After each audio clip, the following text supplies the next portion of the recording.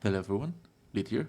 So in today's video I want to talk about Scarab of Pandemonium. So I will do 50 map tests and we will compare the result with Domination Scarab of Terror since both of them serve the same functions. So let's begin with the setup. For the maps I'm using Toxic Sewer.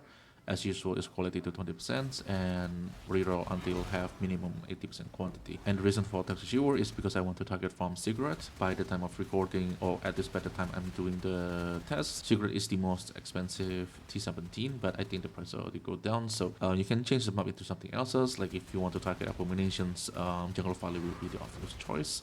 If you want to target Fortress, you can choose something like Dune, Strand. So for the Scarabs, the first Scarab that we're going to use is Horn Scarab of Pandemoniums. This make pack monster in your area have 15% chance to replace by random Atlas bosses. And second Scarab we're going to use is Cartographic Scarab of Singularity. A unique map will drop from the final map bosses, which apply to all the bosses that coming from the Horn of Pandemoniums, and this will guarantee us one single unique maps from all the bosses. And the third one will be Cartographic Scarab of Duplication, and this gives us 30% chance for the map in the area to be duplicated. And for the last Scarabs, we're going to use Influence Scarab of the Elders. This is going to give a bunch of elder mobs inside the maps.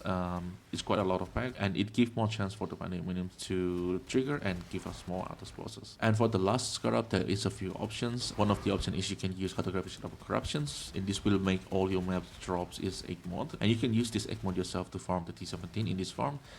Because Horn Scarab of Pandemonium is also scaled very well with quantity and pack size, and egg mod provide a better quality of maps. But the consequences of this one is also all your Guardians map, all your Elder and Shepherd map will also drop egg mod corrupted, and I'm just not sure how you're going to sell them. The practical case is probably going to use them yourself, but this is a downside you need to think about. And another option is Domination Scarab of Terros itself, and this especially guarantee us 4 Atlas bosses because we're going to get 3 shrine from the map device and 1 extra shrine from the Atlas tree. The downside is this Scarab is not cheap, so adding 20C on the cost is going to be quite hefty. So for the Atlas tree, this is the Atlas tree that I'm going to use. It's pretty similar with the Guardian rotation that I did before with Scarab of Terrors, but in this one we do take Deliriums because Delirium add bunch of monster packs inside the maps. Is also give us more quantity, so we drop more maps.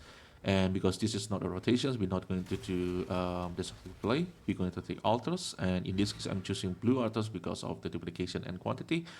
But you can also go for a red altars. I think that's a valid choices. So the chaos altar is still very valuable. Chaos is very expensive this league, and all the Scarabs from the red altar is a lot better than the one on the blue side. And that's about the Atlas tree. Is pretty self-explanatory. We take all the map node, all the FM modifiers node, all the shrine nodes because this is still using shrines. And this is the breakdown of the result. As you can see, the D per hour is not very high. It's 15 D per hours. And if we compare this to the Conqueror rotations at whopping 27.48 divine per hour, so it's a lot higher. We're going to talk about this a little bit, but before that, let's talk about the maps breakdowns. In total, we get 805 maps, and in the baseline I do with the rotations, we are at 840, but this is 52 maps, and that one is 50 maps. But if we look at the average, the expected T17 on here is 53.8, and this one is 51.5, which is pretty damn similar because that 53.8 is compared to 52 maps. Like in this one, 51.5 maps is compared to 50 maps. So both of them, I think, have same quality, is a little bit above 1 T17 per maps. So this strategy in terms of producing T17 is actually on par with the Guardian rotation. So now why the dip per hour is so low? So number one is the price of Horn Scarab of Pandemonium itself is 35C, while we look at Scarab of Terros, until now, by the time of recording, is still 20C. So the price is almost double the Terros. It basically increased the cost of the maps.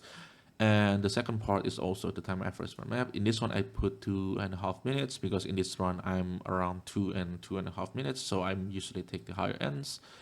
But this is also because I'm picking all this stuff, right? And in the Guardian rotation, I don't have to do that one because I'm already drawing the baseline. Before doing all the 50 map tests, I also do bunch of runs, just test a few configurations. I do often see myself below 2 minutes on the run. So let's assume that this is not I do not have to do all the baseline tasks, and I'm basically just going to pick up what I need to pick up, because this is a lot of things to pick up and it will take a lot of times for your map. So if I make this become 2 minutes per maps, the clip per hour going to increase and it looks a little bit better, 18.7. I mean, it's not still not as good as Guardians, but at least it's a little bit better. And the other reasons also in concurrent rotations, you get a lot of stuff like Fragment, Crusader Exalted Orbs, and Maven Raid, and all the gems. You know, you also going to get like Orbital Conflict. That extra loot actually add up quite a lot, and it's end up giving this rotation a lot more profit. While in this one, the only thing you can count on is basically just how many T17 you have, at the maps, Guardians maps, and you know, some bubble currency, some invitations, which is worth something, but obviously it's not going to make up for the other loot from the Guardians rotations. But however, I still want to showcase this strat because in practical standpoint, this is probably the easiest and the most simple way to target from T17, because if you want to target secret, like in this one I'm targeting a secret, all I need to do is the toxic secret map, or you can also do estuary maps. Estuary maps is also drop secrets, while in conqueror rotations, targeting a specific map is a little bit harder. Like, you will need to set it up a little bit. Like for example, if I want to target the same map like cigarettes, in Guardian rotation you have to use Estuary for the T14 and Ticket for the T16s. There's no T15 that drops cigarettes. And if you guys curious, I will put the link down in the descriptions on the PoE wiki. Basically, it's just a table containing like which map drop which T17, so you guys can see what the options are. So targeting a specific T17 on Guardian rotation is not exactly easy, like I mentioned earlier, and especially make this strat more valuable in my opinions, because in this one, it's very easy for you to target farm like a certain T17. Like I said earlier, if you want cigarette, you can do Tossure, like I'm doing this run. If I want something like Fortress, I can do Dune or Strand. If I want Abomination, Jungle Valley is obviously the best choice. So all of that becomes very, very easy because you just need a certain maps rather than a Guardian rotation that you need to set up 3 different tiers. And if you don't have that particular tier, you have to kind of find it. So that's a little bit more works. And you can also combine both of them. In this one, you still also get like a Guardian and Conqueror maps, which you can still use for the Conqueror rotations. And this is why I'm still want to show this strategy, because I mean, for me personally, in practical standpoint, this is probably I will do. And if you're on SSF, this is probably also one thing that you can do too. So I think that's all about the video. If you like the video, please leave a like and subscribe. That will help the channel a lot. And thank you everyone for watching. I really, really appreciate it. And I'll see you in the next one.